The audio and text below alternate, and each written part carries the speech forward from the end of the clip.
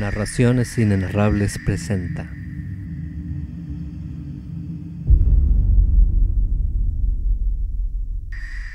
de Howard Phillips Lovecraft.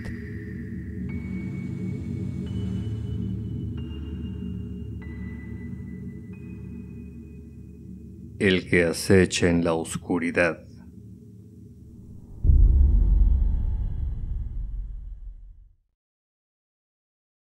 He visto el sombrío universo abierto, donde los negros planetas giran ciegamente.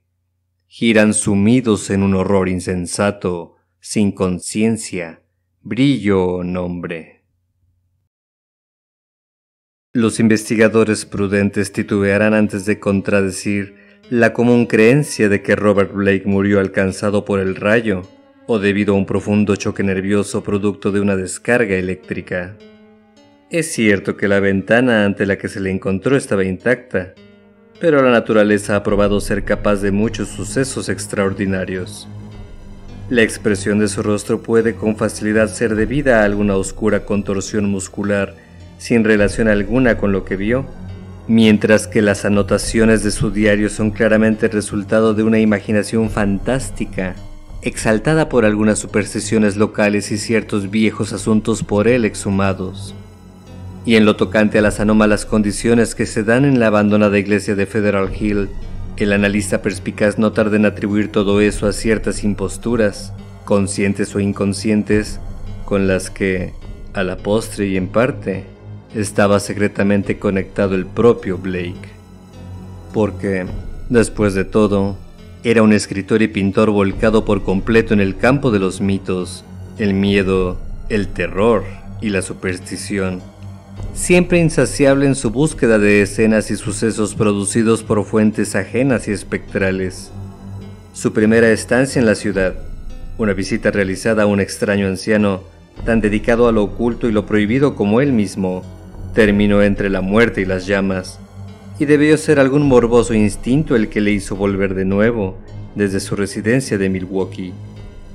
Debía conocer previamente las viejas historias, no importa lo que diga en su diario, y su muerte debió cercenar de raíz algún prodigioso montaje destinado a tener más tarde su reflejo literario. No obstante, entre aquellos que han examinado y cotejado todas las pruebas por él reunidas, se encuentran algunos que se inclinan por teorías menos racionales y trilladas. Estos son dados a atribuir valor a gran parte de lo registrado en el diario de Blake, y apuntan como significativos ciertos hechos, como son la indudable existencia de los archivos de la vieja iglesia, la realidad verificada de la repudiada y heterodoxa secta del saber estelar con anterioridad a 1877, la desaparición probada de un inquisitivo reportero de nombre Edwin M. Lillibridge en 1893 y, sobre todo, la expresión de miedo, monstruoso y transfigurado, que congeló el rostro del joven escritor en el momento de su muerte. Fue uno de los que creían en sus afirmaciones el que, movido por el fanatismo, lanzó a la bahía la piedra de curiosos ángulos y su caja de metal, extrañamente adornada, que se había encontrado en el campanario de la vieja iglesia. El campanario negro y sin ventanas, y no la torre donde, en un principio, decía el diario de Blake que se hallaba la piedra. Aunque objeto de censura, tanto pública como privada, ese hombre, un médico de renombre, aficionado al folclore extraño, asegura haber librado a la tierra de algo demasiado peligroso como para que pudiera ser dejado sobre su superficie. El lector habrá de escoger por sí mismo entre esas dos escuelas de opinión. Los periódicos han dado ya los detalles más significativos, desde un ángulo escéptico, dejando a otros la descripción de todo tal y como Robert Blake lo vio, o pensó ver, o pretendió ver. Ahora, estudiando a fondo el diario, desapasionadamente y tomándonos nuestro tiempo, resumiremos la oscura cadena de sucesos desde el mentado punto de vista de sus principales actores. El joven Blake volvió a Providence en el invierno de 1934 a 1935, alquilando el piso superior de una vetusta morada cita en un herboso patio de College Street, en la cima de la gran colina oriental cercana al recinto de la Universidad Brown y detrás de la marmórea biblioteca John Hay. Era un lugar acogedor y fascinante, en un pequeño oasis ajardinado de antigüedad local, donde grandes gatos amistosos tomaban el sol subidos a los tejadillos. La cuadrada casa de estilo georgiano tenía un tejado con tragaluces, portal clásico con lumbrera en abanico, ventanas de rombos y todas las demás señas de identidad que marcan la factura de los primeros años del siglo XIX. Dentro había puertas de 6 paneles, suelos de ancha tablazón, una recurvada escalera colonial, repisas blancas del periodo de los Adam y un racimo de cuartos traseros situados 3 peldaños más abajo que el nivel general. El estudio de Blake, una gran estancia orientada al suroeste, dominaba el jardín frontal por uno de sus lados, mientras que las ventanas occidentales, ante una de las cuales se hallaba su escritorio, miraban hacia la cumbre de la colina y gozaban de una espléndida vista de los tejados de la ciudad baja, así como de los místicos ocasos que llameaban tras ellos. En el lejano horizonte se hallaban las laderas púrpuras de la región. Contra ellas, 2 kilómetros más allá, se alzaba la espectral joroba de Federal Hill, llena de combados tejados y campanarios cuyos remotos perfiles se ondulaban misteriosos, asumiendo formas fantásticas cuando el humo de la ciudad remolineaba y se enredaba en torno suyo. Blake tenía una curiosa sensación de estar contemplando algún mundo desconocido y etéreo, que podía quizá desvanecerse en un sueño si trataba siquiera de buscarlo e invadirlo. Habiendo trasladado desde su casa la mayor parte de los libros, Blake se compró algunos muebles antiguos para colmar sus estancias y se aposentó para escribir y pintar, viviendo solo y atendiendo él mismo las tareas domésticas. Su estudio se encontraba en una habitación norteña del ático, donde los vidrios de los tragaluces proporcionaban una luz admirable. Durante ese primer invierno, produjo 5 de sus más conocidos relatos: El que excava, Las escaleras de la cripta, Shagai, En el valle de Nab y El devorador de las estrellas. Y pintó 7 lienzos, estudios de monstruos indescriptibles e inhumanos y paisajes profundamente ajenos y extraterrestres. Al ocaso, a menudo se sentaba en su escritorio y contemplaba soñador el amplio oeste, las oscuras torres de Memorial Hall justo debajo, el campanario del Tribunal Georgiano, los altos pináculos de la zona comercial y esa colina reluciente y coronada de chapiteles, en la distancia, cuyas desconocidas calles y buhardillas laberínticas tan poderosamente despertaban su imaginación.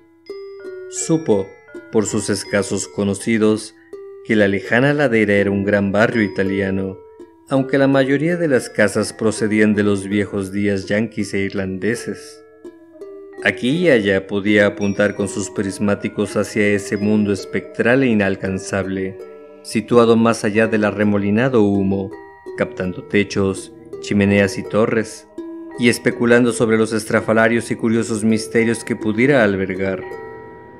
Aún con esa ayuda óptica, Federal Hill parecía, de alguna manera, ajena, medio fabulosa, y ligada a las irreales e intangibles maravillas de los cuentos y pinturas del propio Blake. El sentimiento persistía mucho después de que la colina se hubiera difuminado en el crepúsculo violeta y colmado de estrellas, y las luces del tribunal y el faro rojo de Industrial Trust se hubieran encendido para convertir a la noche en grotesca. De todo lo que se divisaba en la lejanía de Federal Hill, cierta iglesia, oscura e inmensa, fascinaba sobremanera a Blake. Era especialmente distinguible a ciertas horas del día, y al ocaso la gran torre y el afilado campanario se alzaban negros contra el cielo llameante. Parecía hallarse en suelo especialmente alto, ya que la tenebrosa fachada y el lado norte, visto en oblicuo, con su techo inclinado y la parte alta de las grandes ventanas puntiagudas, descollaban sobre la maraña de tejados y chimeneas que lo rodeaban. Hosca y austera en grado sumo, parecía estar construida en piedra, manchada y erosionada por el humo y las tormentas de un siglo o más. El estilo, hasta donde podía ver por los prismáticos, pertenecía al periodo más temprano y experimental del Renacimiento gótico que precedió el actual periodo Option y conservaba algunas de las características y proporciones de la Edad Georgiana. Quizá fue construida en torno a 1810 o 1815. Según pasaban los meses, Blake observaba las lejanas y prohibidas estructuras con un extraño interés creciente. Dado que las ventanas no estaban nunca iluminadas, comprendió que debían estar vacías. Cuanto más miraba, más trabajaba su imaginación, hasta que, al cabo, comenzó a suponer cosas curiosas. Creía que un aura, vaga y singular, pendía sobre el lugar, y que incluso las palomas y las golondrinas rehuían sus ahumados aleros. En torno a otras torres y campanarios, su lente revelaba grandes bandadas de pájaros, pero nunca descansaban en aquel en concreto. Al cabo, esa fue la conclusión a la que llegó, y así lo asentó en su diario. Señaló el lugar a varios amigos, pero ninguno de ellos había estado en Federal Hill o poseía la más mínima noción de lo que la iglesia pudiera ser o haber sido. En primavera, Blake se vio atenazado por una gran desazón. Había comenzado una novela sobre la que meditaba desde hacía tiempo, basada en una supuesta supervivencia de la brujería en Maine, pero se encontraba con que era extrañamente incapaz de hacer progresos con la misma. Cada vez más, se sentaba en su ventana occidental y observaba la lejana colina, así como el negro y ceñudo campanario rehuido por los pájaros. Cuando las delicadas hojas asomaron en las ramas del jardín, el mundo se colmó de una nueva belleza, pero la desazón de Blake no hizo más que crecer. Fue entonces cuando, por primera vez, concibió la idea de cruzar la ciudad y aventurarse, subiendo esa fabulosa ladera, en aquel, entreverado por el humo, mundo de ensueño. A últimos de abril, justo antes de la noche de Walpurgis, inmemorialmente temida, Blake hizo su primer viaje a lo desconocido. Caminando a través de las inacabables calles de la zona comercial y de las plazas desoladas y en decadencia que había más allá, llegó por último a la avenida ascendente, con sus escaleras carcomidas por el tiempo, hundidos porches dóricos y cúpulas empañadas que le dieron la sensación de pertenecer a aquel mundo, largo tiempo conocido y sin embargo inalcanzable, que se hallaba más allá de las brumas. Había sucios letreros callejeros, blancos y azules, que nada le decían, y enseguida se percató de los rostros oscuros y extraños de los ociosos, así como de los escritos extranjeros colocados sobre curiosas tiendas en edificios parduzcos y castigados por la decadencia. En ninguna parte pudo encontrar nada de lo visto desde lejos, por lo que de nuevo fantaseó con la idea de que la Federal Hill que había visto en la distancia era un mundo onírico que no estaba llamado a ser hollado por pie humano alguno. Aquí y allá aparecía la castigada fachada de una iglesia o chapitel ladeado, pero nunca la ennegrecida masa que veía de lejos. Cuando preguntó a un tendero acerca de una gran iglesia de piedra, el hombre sonrió y agitó la cabeza, aunque sabía inglés de sobra. Según Blake subía más, el lugar se iba haciendo más y más extraño, con desconcertantes laberintos de callejones parduzcos y amenazadores que llevaban más y más hacia el sur. Cruzó 2 o 3 avenidas grandes y, en cierta ocasión, creyó ver una torre familiar. Otra vez preguntó a un comerciante acerca de una gran iglesia de piedra, y esa vez hubiera jurado que la pretensión de ignorancia era fingida. Por el rostro oscuro del hombre pasó una mirada de miedo que trató de ocultar, y Blake vio que hacía un curioso signo con su mano derecha. Luego, de repente, un negro chapitel se alzó contra el cielo nuboso. A su izquierda, sobre hileras de tejados pardos que delimitaban los enmarañados callejones sureños. Blake supo el punto que era y fue hacia allá, a través de las callejas, míseras y sin pavimentar, que ascendían a partir de la avenida. 2 veces se extravió, pero no se atrevió a preguntar a ninguno de los patriarcas ni a las matronas que se sentaban a la puerta de sus casas, ni a ninguno de los chicos que gritaban y jugaban en el barro de las oscurecidas callejas. Al fondo, vio perfilarse la torre contra el suroeste y una masa de piedra que se alzaba oscura al final de un callejón. Al momento se vio en una plaza abierta, de curioso empedrado, con un gran muro inclinado en su extremo más lejano. Aquel era el final de la búsqueda, ya que, sobre el rellano amplio, con verja y lleno de hierbajos que se hallaba sobre el muro, un mundo separado y menor que se alzaba a su buen 1,80 m sobre las calles circundantes, se levantaba una masa hosca y titánica sobre cuya identidad, a pesar de que era la primera vez que la veía desde esa perspectiva, no podía haber duda.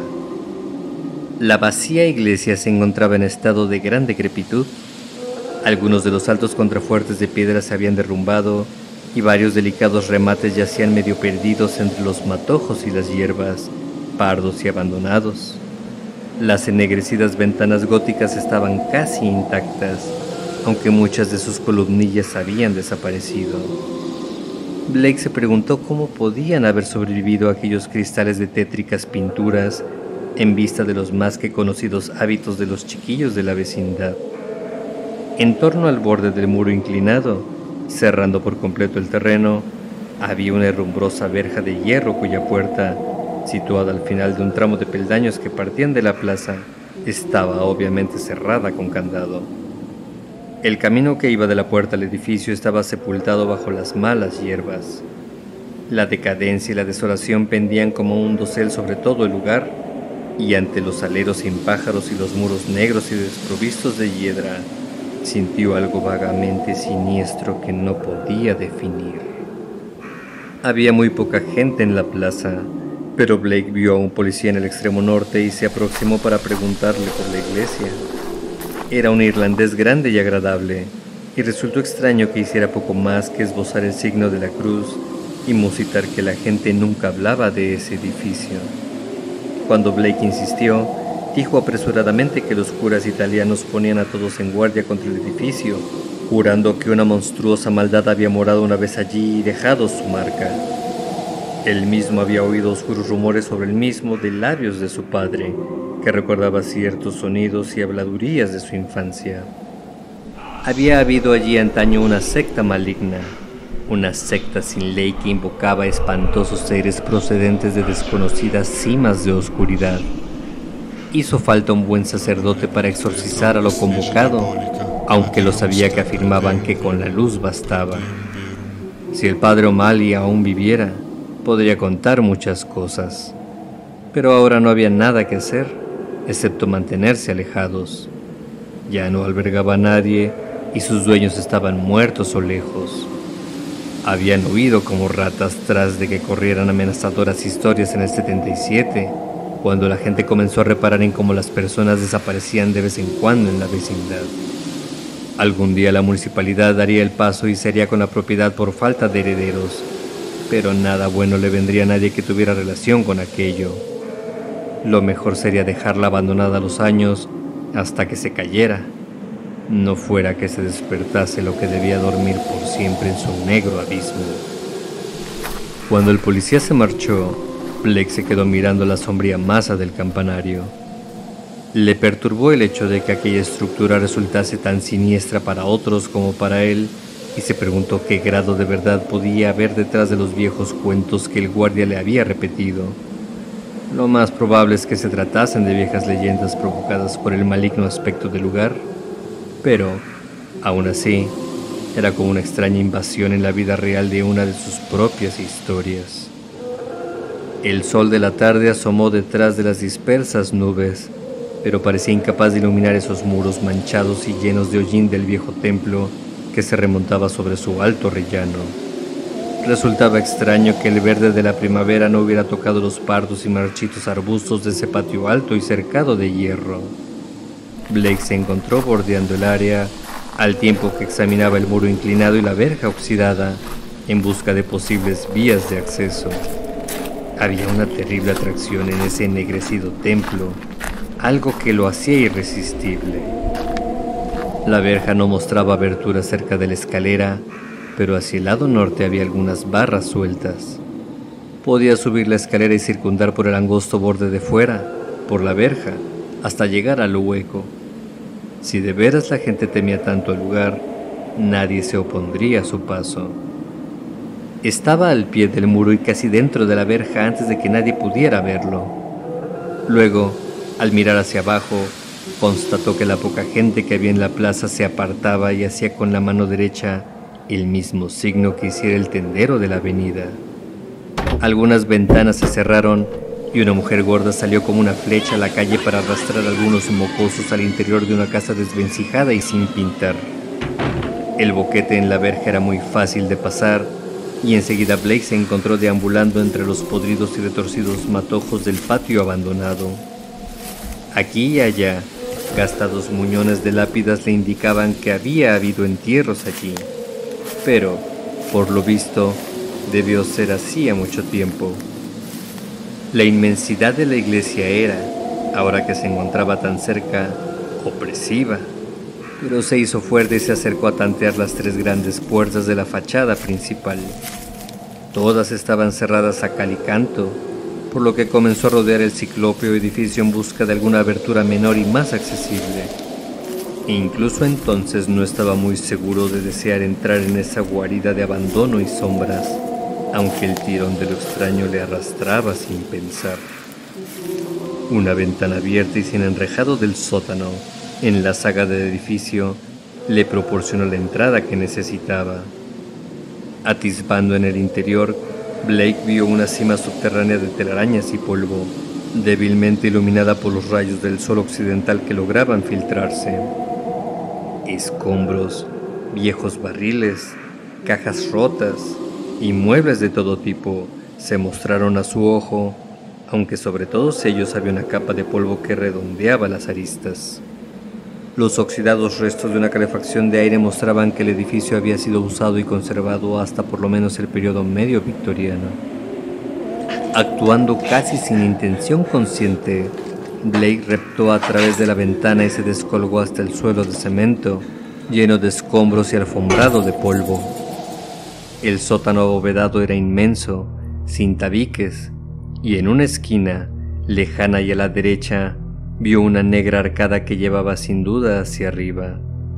Sufría una peculiar sensación de agobio respecto a aquel edificio grande y espectral, pero lo sobrellevó para explorar con cautela y encontró un barril casi intacto entre el polvo.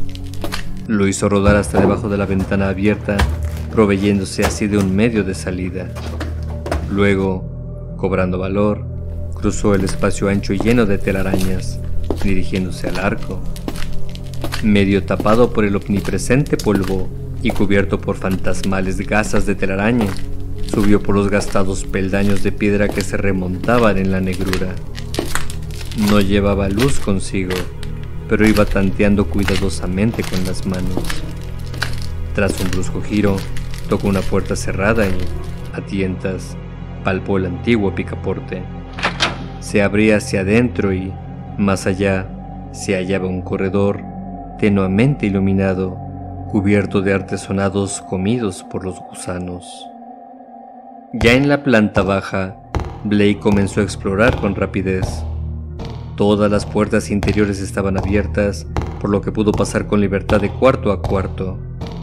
La colosal nave resultaba un lugar casi fantasmal, con sus montones de polvo apilados sobre bancos de madera, altar, púlpito con forma de reloj de arena y plataforma, y titánicos cordones de telaraña tendidos entre los puntiagudos arcos de la galería y enlazando las agrupadas columnas góticas.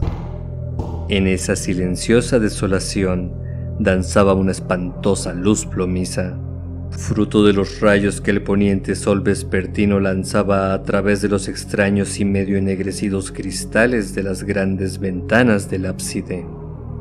Las pinturas de esas ventanas estaban tan obscurecidas por el hollín que Blake apenas pudo entrever lo que representaban, pero de lo poco que consiguió ver, llegó a la conclusión de que no le gustaban nada. Los diseños eran de lo más convencionales y, gracias a su conocimiento del simbolismo oscuro, pudo reconocer muchos de aquellos antiguos motivos. Los pocos santos representados mostraban expresiones claramente reprobables, mientras que una de las ventanas parecía exhibir simplemente un espacio oscuro, con espirales de curiosa luminosidad dispersa a su alrededor. Apartándose de las ventanas, Blake descubrió que la cruz, cubierta de telarañas, que había sobre el altar, no era de las normales, sino que recordaba la primordial Ankh o cruz ansada del tenebroso Egipto. En la sacristía, situada detrás junto al ábside, Blake encontró un armario podrido y baldas que iban de suelo a techo, con enmohecidos libros en proceso de desintegración. Allí, por primera vez, sufrió un golpe de objetivo horror, ya que los títulos de aquellos libros significaban mucho para él. Eran los negros y prohibidos tomos sobre los que la gente cuerda no había oído nunca hablar, o lo que había hecho solo merced a rumores furtivos y atemorizados. Los receptáculos vedados y temidos de equívocos secretos e inmemoriales fórmulas que se habían transmitido a través del tiempo, desde los días de la infancia del hombre y los brumosos y fabulosos tiempos anteriores a este. Él mismo había leído muchos de ellos.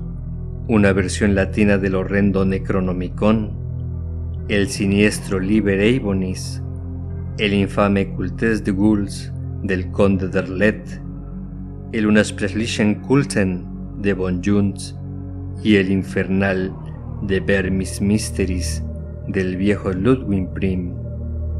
Pero había otros a los que conocía simplemente de oídas o no conocía en absoluto: los manuscritos gnacóticos, el libro de Titian y un deteriorado volumen con caracteres completamente inidentificables, aunque mostraba ciertos símbolos y diagramas que resultaban estremecedoramente reconocibles para estudiantes de lo oculto. Al parecer, los persistentes rumores locales no mentían. Aquel lugar había sido asiento, una vez, de una maldad más antigua que la humanidad y que alcanzaba más allá del universo conocido. En los arruinados estantes había un cuaderno pequeño, forrado en cuero y repleto de anotaciones en alguna criptografía extraña. El manuscrito contenía los tradicionales símbolos comunes usados aún hoy en día en astronomía y antiguamente en alquimia, astrología y otras artes dudosas. Los símbolos del sol, la luna, los planetas, aspectos y signos zodiacales, que aquí se agolpaban para formar páginas repletas de textos con divisiones y párrafos que sugerían que cada símbolo correspondía a alguna letra del alfabeto. Esperando resolver más tarde la clave, Blake se echó el volumen al bolsillo de la chaqueta. Muchos de los grandes tomos de los estantes lo fascinaban indeciblemente, y se sintió tentado de cogerlos más tarde. Se preguntó cómo era posible que hubieran estado allí tanto tiempo.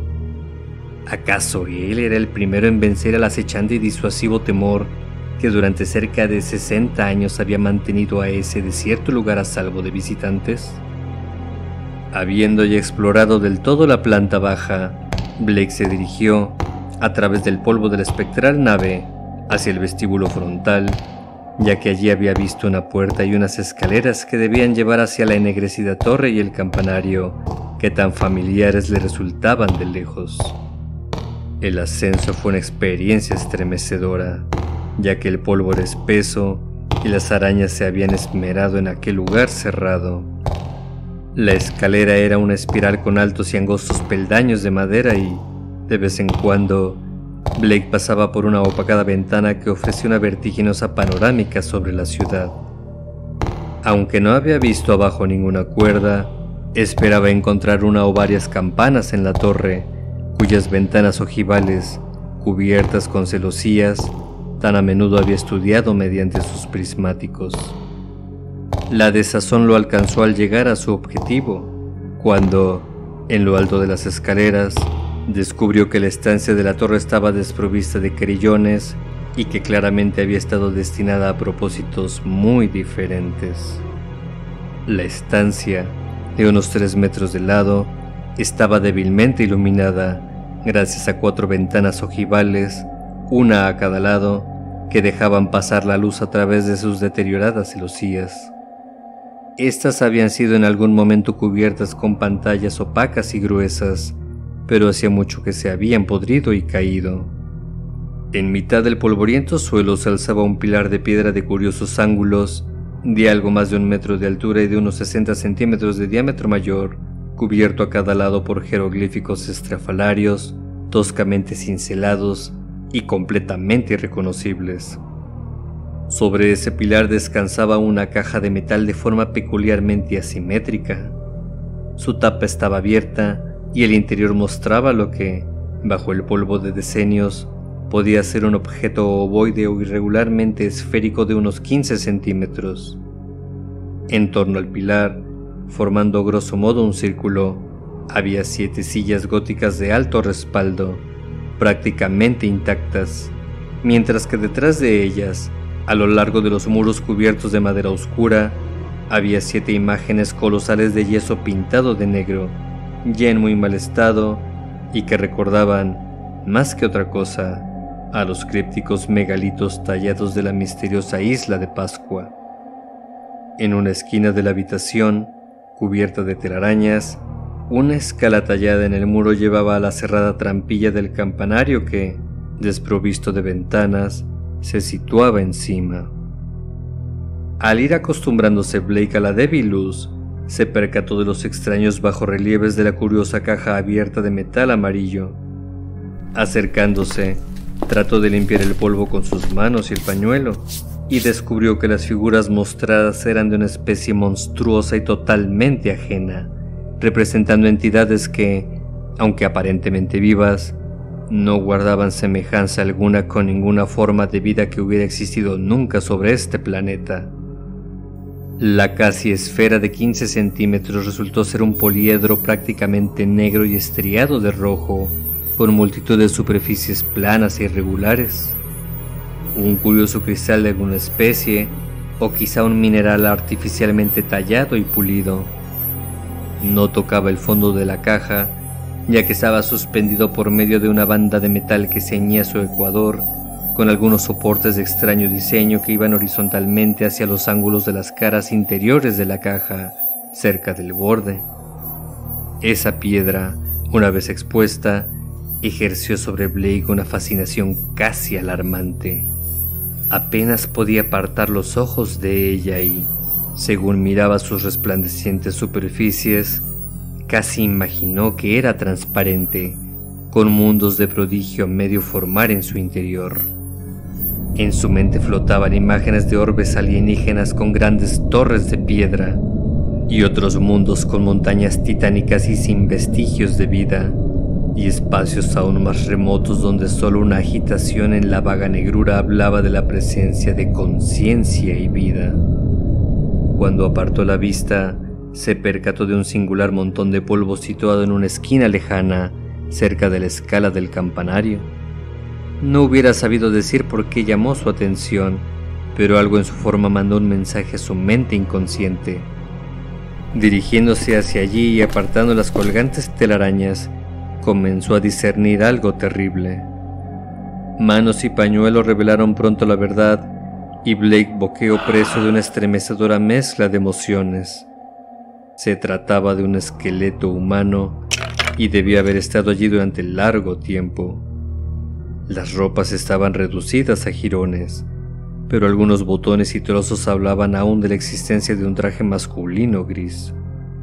Había otras evidencias: zapatos, hebillas de metal, grandes botones para puños redondos, un deslucido alfiler de corbata, una insignia de reportero con el nombre del viejo Providence Telegram y una deteriorada cartera de cuero. Blake examinó esta última con cuidado y encontró algunos billetes antiguos, un calendario de celuloide de 1893, algunas cartas con el nombre de Edwin M. Lillibridge y un papel escrito. Ese papel era de naturaleza desconcertante y Blake lo leyó con cuidado a la tenue luz de la ventana occidental. El deslavazado texto incluía frases como las que siguen. El profesor Enoch Bowen volvió de Egipto en mayo de 1844. Compró la vieja iglesia Free Will en julio. Sus estudios y trabajos arqueológicos en materias ocultas son bien conocidos. El Dr. Drowne de la Iglesia Baptista de la calle Cuarta previno contra la secta del saber estelar en un sermón el 29 de diciembre de 1844. La congregación contaba con 97 miembros a finales del 45. 1846. 3 desapariciones. Primera mención al trapezoide resplandeciente. 7 desapariciones en 1848. Comienzan a correr historias sobre sacrificios humanos. La investigación de 1853 no llega a ninguna conclusión.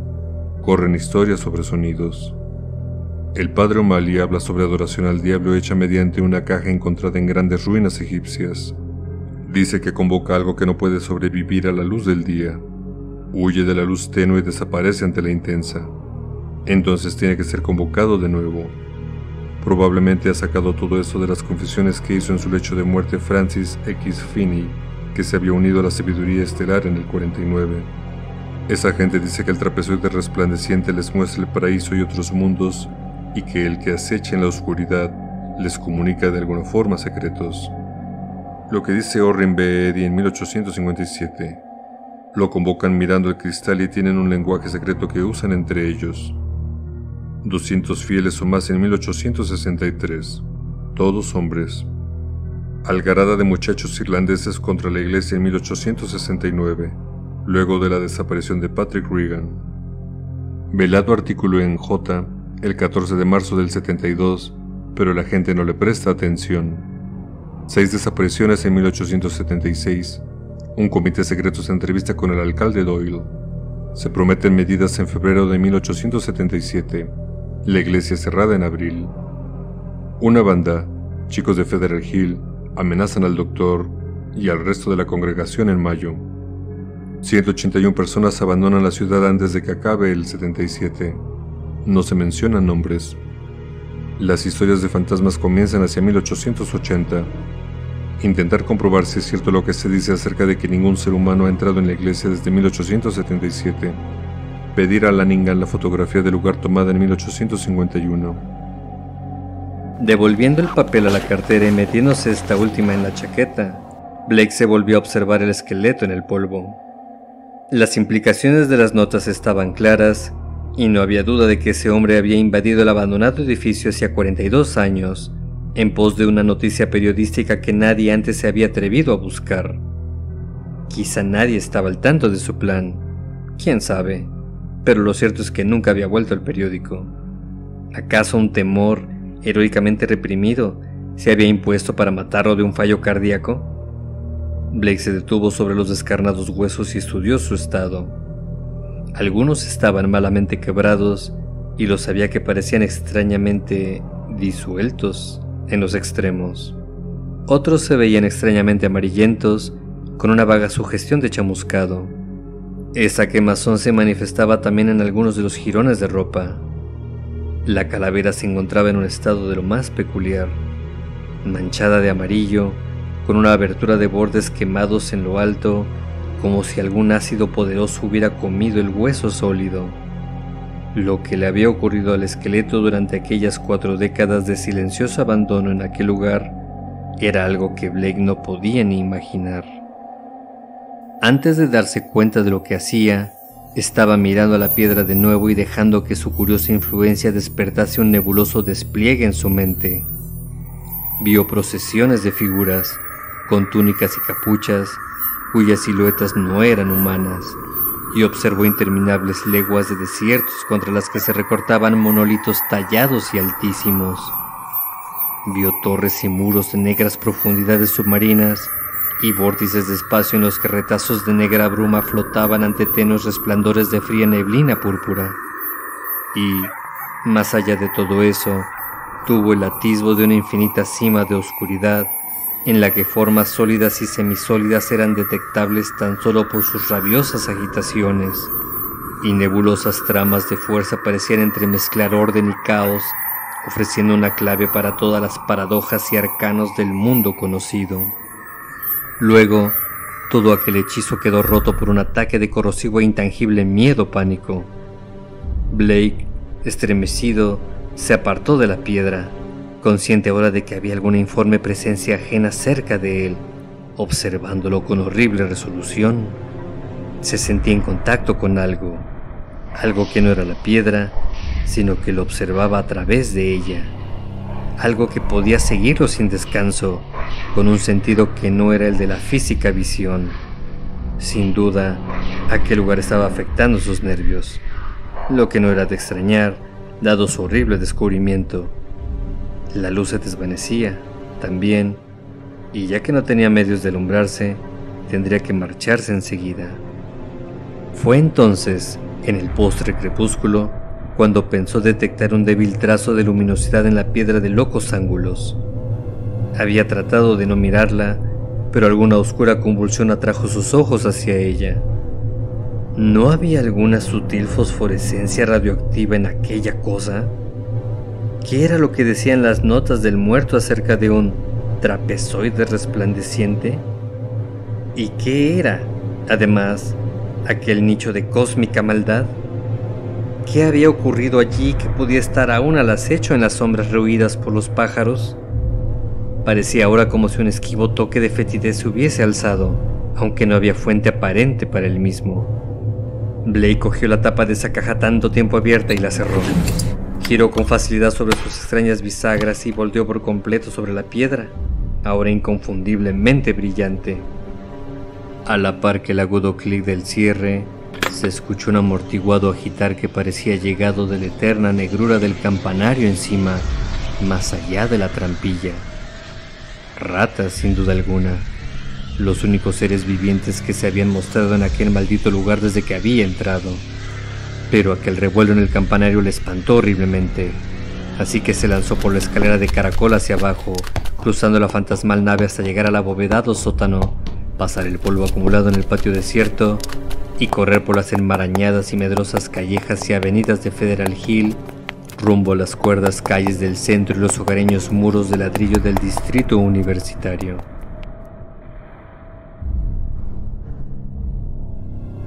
El que acecha en la oscuridad.